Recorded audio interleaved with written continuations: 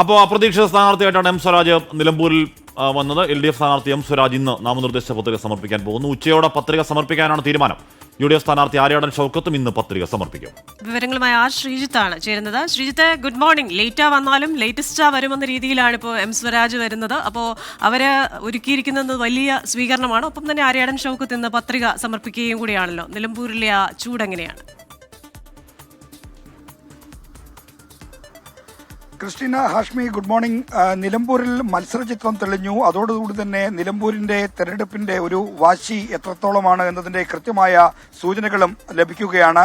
ഇന്ന് പ്രധാനമായും 2 ഈവന്റുകളാണ് ഈ നിലമ്പൂർ ഉപതെരഞ്ഞെടുപ്പുമായി ബന്ധപ്പെട്ട് ഇവിടെ നടക്കാൻ പോകുന്നത്. സ്ഥാനാർത്ഥിയായ ശേഷം ആദ്യമായി നിലമ്പൂരിലേക്ക് എത്തുന്ന എം സ്വരാജിന് സ്വീകരണ പരിപാടി ഉണ്ട്. ഇന്ന് LDF പ്രവർത്തകരുടെ നേതൃത്വത്തിൽ രാവിലെ 10:30 എനിക്ക് പിന്നിൽ കാണുന്ന നിലമ്പൂർ റോഡ് റെയിൽവേ സ്റ്റേഷനിൽ എത്തുന്ന എം സ്വരാജിന് വലിയ സ്വീകരണം നൽകും. ഇവിടെ നിന്ന് റോഡ് ഷോയും ബൈക്ക് റാലിയും ഒക്കെ ആയിട്ടാണ് പ്രവർത്തകർ എം സ്വരാജിനെ സ്വീകരിച്ച് പട്ടണത്തിലേക്ക് കൊണ്ടുപോകുന്നത്. അതിനുശേഷമാണ് നാമനിർദ്ദേശ പത്രികാ സമർപ്പണം ഉദ്ദേശിക്കുന്നത്. പത്രികയെല്ലാം വാങ്ങി ഈ നിലമ്പൂർ ഏരിയ കമ്മിറ്റി ഓഫീസിൽ അതിന്റെ പൂരിപ്പിക്കലൊക്കെ കഴിഞ്ഞു. ഇനി സ്വരാജ് വന്ന ഒരു അന്തിമഘട്ട പരിശോധനയും മറ്റും നടത്തിക്കഴിഞ്ഞാൽ ഇന്ന് തന്നെ പത്രിക സമർപ്പിക്കാനാണ് CPIMന്റെ സംഘടനാ ചുമതലയുള്ളവരുടെ തീരുമാനം.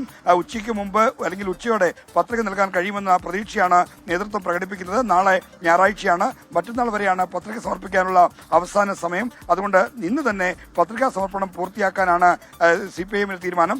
UDFന്റെ സ്ഥാനാർത്ഥി ആര്യാടൻ ഷൗക്കത്തും ഇന്ന് ഉച്ചയോടുകൂടി നാമനിർദ്ദേശ പത്രിക സമർപ്പിക്കും. അദ്ദേഹവും വിവിധ സ്ഥലങ്ങളിൽ, അതായത് ഉമ്മൻചാണ്ടിയുടെ ഖബറിടം, ഒപ്പം തന്നെ തിരുവനന്തപുരത്തെ AK ആന്റണിയെ പോലുള്ള മുതിർന്ന നേതാക്കളെ കാണൽ, രാവിലെ K കരുണാകരന്റെ സ്മൃതി കുടീരത്തിൽ പുഷ്പാർച്ചന തുടങ്ങിയ കഴിഞ്ഞ് ആര്യാടൻ ഷൗക്കത്തും 10 മണിയോടുകൂടിയേ നിലമ്പൂരിലേക്ക് എത്തിച്ചേരുകയുള്ളൂ. അതുകൊണ്ട് തന്നെ ഉച്ചയ്ക്കാണ് അദ്ദേഹത്തിന്റെ പത്രികാ സമർപ്പണം. ഇന്ന് 2 പ്രധാന സ്ഥാനാർത്ഥികളും പത്രികാ സമർപ്പണം നടത്തും. ഒപ്പം ആര്യാടൻ ഷൗക്കത്തിനും ഇന്ന് വലിയ റോഡ് ഷോ ഉണ്ട്. 5000 പേരുടെ അടങ്ങുന്ന പ്രകടനത്തോടെയാണ് നാമനിർദ്ദേശ പത്രിക സമർപ്പിക്കാനായി വരണാധികാരിയുടെ ഓഫീസിലേക്ക് അദ്ദേഹം പോകുന്നത്.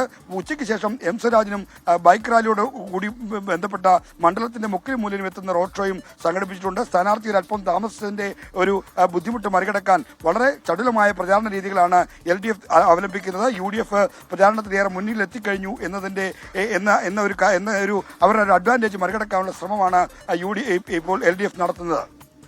Okay RC, thank you.